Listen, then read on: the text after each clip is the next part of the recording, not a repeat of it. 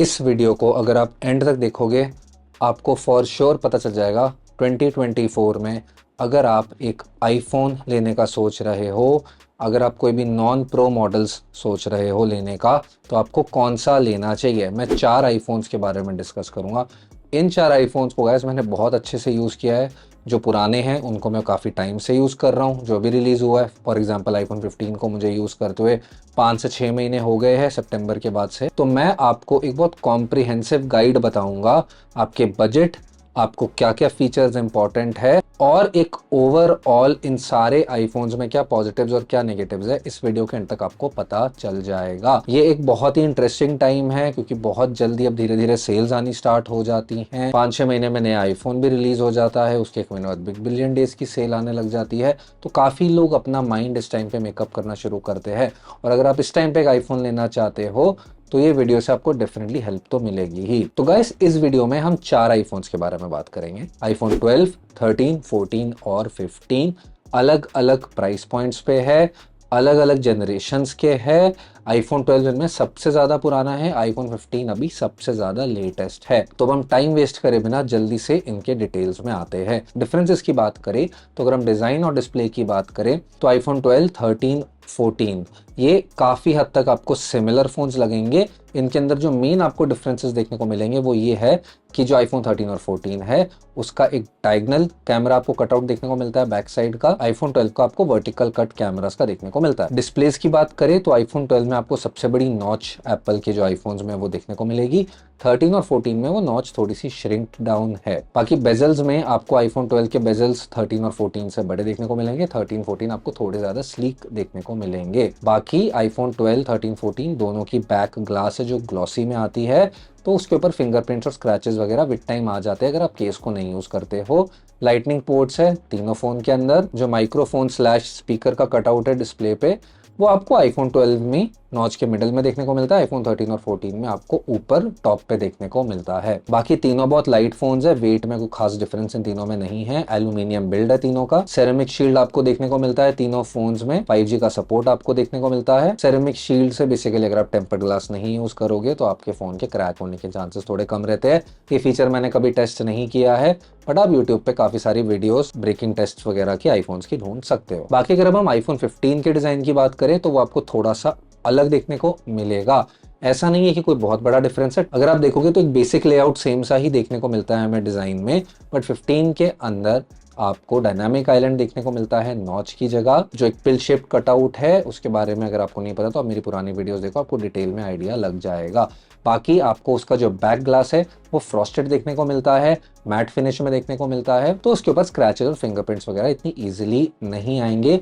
USB-C आपको देखने को मिलता है लाइटनिंग पोर्ट की जगह। USB 2 की स्पीड्स है उसकी, तो ट्रांसफर स्पीड्स आपको लाइटनिंग की ही स्पीड की देखने की मिलेंगी, लाइटनिंग पोर्ट की। बट USB-C से ये फायदा है कि आप USB-C का यूनिवर्सल चार्जर कोई भी फोन का यूज कर सकते हो। और अगर आपके पास बहुत सारी USB-C की एक्सेसरीज है तो आपको अब 2-3 चार्जिंग केबल्स लेके नहीं घूमना पड़ेगा। बाकी अगर डिस्प्ले की बात करें तो आपको सबसे ज्यादा ब्राइटेस्ट OLED डिस्प्ले इन सारे फोन्स में आईफोन 15 का देखने को मिलता है। 2000 निट्स तक की इसकी ब्राइटनेस जाती है। अगर आप इसको आईफोन 12 से साइड बाय साइड कंपेयर करोगे तो आपको डेफिनेटली ब्राइटनेस में डिफरेंस देखने को मिलेगा। बाकी चारों आईफोन्स में आपको फेस आईडी देखने को मिलता है। अगर आप मुझसे पूछो तो एक ओवरऑल जो फोन की फील होती है वो मुझे आईफोन 15 की सबसे ज्यादा बेस्ट लगती है इन चारों फोन्स में। एक पकड़ने में भी वो ज्यादा कंफर्टेबल लगता है क्योंकि उसके राउंडेड एजेस है, प्लस उसका एक जो वो मैट फिनिश है वो काफी ज्यादा प्रीमियम लगता है। और जैसे मैंने कहा उस पर इजीली स्क्रैचेस फिंगरप्रिंट्स वगैरह नहीं आते हैं। अब अगर हम इनके परफॉर्मेंस की बात करें तो चारों फोन्स में आपको एक अलग अलग जनरेशन का चिपसेट देखने को मिलेगा। आईफोन 12 में आपको A14 बायोनिक, आईफोन 13 में A15 बायोनिक, आईफोन 14 में भी A15 बायोनिक और आपको आईफोन 15 में A16 बायोनिक चिप देखने को मिलेगी। अगर आप इनके गीकबेंच के स्कोर्स देखोगे तो आपको हर जनरेशन में स्कोर्स बेटर देखने को मिलेंगे। आपको आईफोन 15 में ऑब्वियसली सबसे ज्यादा हाईएस्ट GPU और CPU के स्कोर्स देखने को मिलेंगे गीकबेंच पे। बाकी जो आईफोन 13 और 14 है वैसे तो उन दोनों के अंदर आपको A15 बायोनिक देखने को मिलती है, बट जो आईफोन 14 है उसके अंदर आपको 5 कोर का GPU देखने को मिलता है। आईफोन 13 के अंदर आपको 4 कोर GPU देखने को मिलता है। बाकी दोनों चिपसेट्स सेम है। अगर रैम की बात करें तो आईफोन 12 और आईफोन 13 में आपको 4GB की रैम और आईफोन 14 और आईफोन 15 में आपको 6GB की रैम देखने को मिलती है। अब मैं सीधा पॉइंट पे आता हूँ। चारों प्रोसेसर्स बहुत ज्यादा अच्छे हैं। आईफोन 12 का प्रोसेसर भी आज के टाइम पे काफ़ी अच्छा होल्ड अप करता है। मेरी फैमिली में एक मेंबर आईफोन 12 को यूज़ करते हैं एज अ रेगुलर फ़ोन, और उनको एज सच कभी भी कोई इश्यूज़ नहीं देखने को मिले हैं। अगर आपने कोई बहुत ज़्यादा हैवी टास्क करने हैं तो मैं डेफिनेटली एडवाइस करूँगा कि आईफोन 14, आईफोन 13 या आईफोन 15 में से कोई लो, आईफोन 12 के लिए मत जाओ। बट अगर आप बेसिक टास्क करते हो, थोड़ी बहुत ही गेमिंग हो गई, नॉर्मल अगर आप एप्लीकेशंस वगैरह यूज़ करते हो, नॉर्मल टास्क वगैरह करते हो, तो आपको आईफोन 12 में भी एज सच कोई इशू नहीं आएगा। ऐप्स वगैरह कोई लैग या फिर क्रैश वगैरह नहीं होती है, काफ़ी अच्छी चलती है आईफोन 12 के ऊपर भी। बट अगर आपने हैवी टास्क करने हैं, आपने बहुत ज़्यादा ऐप्स एक साथ यूज़ करनी होती है और आप एक बहुत ज़्यादा हैवी पावर यूज़र हो, तो आपको डेफिनेटली थोड़ा लेटेस्ट जनरेशन वाला आईफोन लेना चाहिए। अगर हम कैमरास की बात करें तो आपको आईफोन 12, 13, 14 और 15 चारों के अंदर दो कैमरास देखने को मिलते हैं। एक आपको नॉर्मल जो मेन सेंसर है वो, और एक आपको अल्ट्रा वाइड कैमरा देखने को मिलता है। अब अगर आप 12 से 15 तक जाओगे, कैमरा में काफी improvements over the years Apple ने करी है। आईफोन 12 का कैमरा गाइस, इन चारों आईफोन्स में से मैं ये बोलूंगा कि सबसे ज्यादा एक कम लेवल का कैमरा है, और वो होना भी चाहिए बिकॉज वो फोन पुराना है। आईफोन 12, 13, 14 के अंदर आपको अल्ट्रा वाइड और मेन सेंसर में 12 मेगापिक्सल के सेंसर्स देखने को मिलते हैं। आईफोन 15 में आपको 48 मेगापिक्सल का मेन सेंसर और अल्ट्रा वाइड में आपको 12 मेगापिक्सल देखने को मिलता है। लेकिन आईफोन 12 से 13 और 14 में जब आप जाते हो तो सेंसर का साइज बड़ा हो जाता है मेगापिक्सल सेम होने के बाद भी। अगर आप फोटोग्राफी करते हो तो आपको पता है कि मेगापिक्सल से ज़्यादा सेंसर का साइज मैटर करता है। इसलिए आईफोन 13 और 14 में आपको बेटर फोटोज देखने को मिलती है, लो लाइट फोटोज भी आपको बेटर देखने को मिलती है। आपको एक ओवरऑल ज़्यादा कलर एक्यूरेट, ज़्यादा ब्राइटर, ज़्यादा एक वो कॉन्ट्रास्ट वाली फोटोज देखने को मिलती हैं। नाइट मोड में भी अगर आप देखोगे तो आपको ओवरऑल कलर्स ज़्यादा ब्राइटर देखने को मिलते हैं। ओवरऑल अगर आप आईफोन 12, 13, 14 के कैमरा की फोटोज को साइड बाय साइड कंपेयर करोगे तो आपको 13 और 14 की फोटोज में ज़्यादा क्लैरिटी भी देखने को मिलेगी और आपको एक कलर एक्यूरेसी भी ज़्यादा देखने को मिलेगी। इसका मतलब ये नहीं कि आईफोन 12 का कैमरा बेकार है, बट ऑब्वियसली बिकॉज अब वो पुराना हुआ है और एप्पल ने उसके ऊपर अपग्रेड्स करे हैं, तो साइड बाय साइड कंपैरिजन में आपको डिफरेंसेस देखने को मिलेंगे। आईफोन 15 का कैमरा इन सारे कैमराज में बेस्ट है।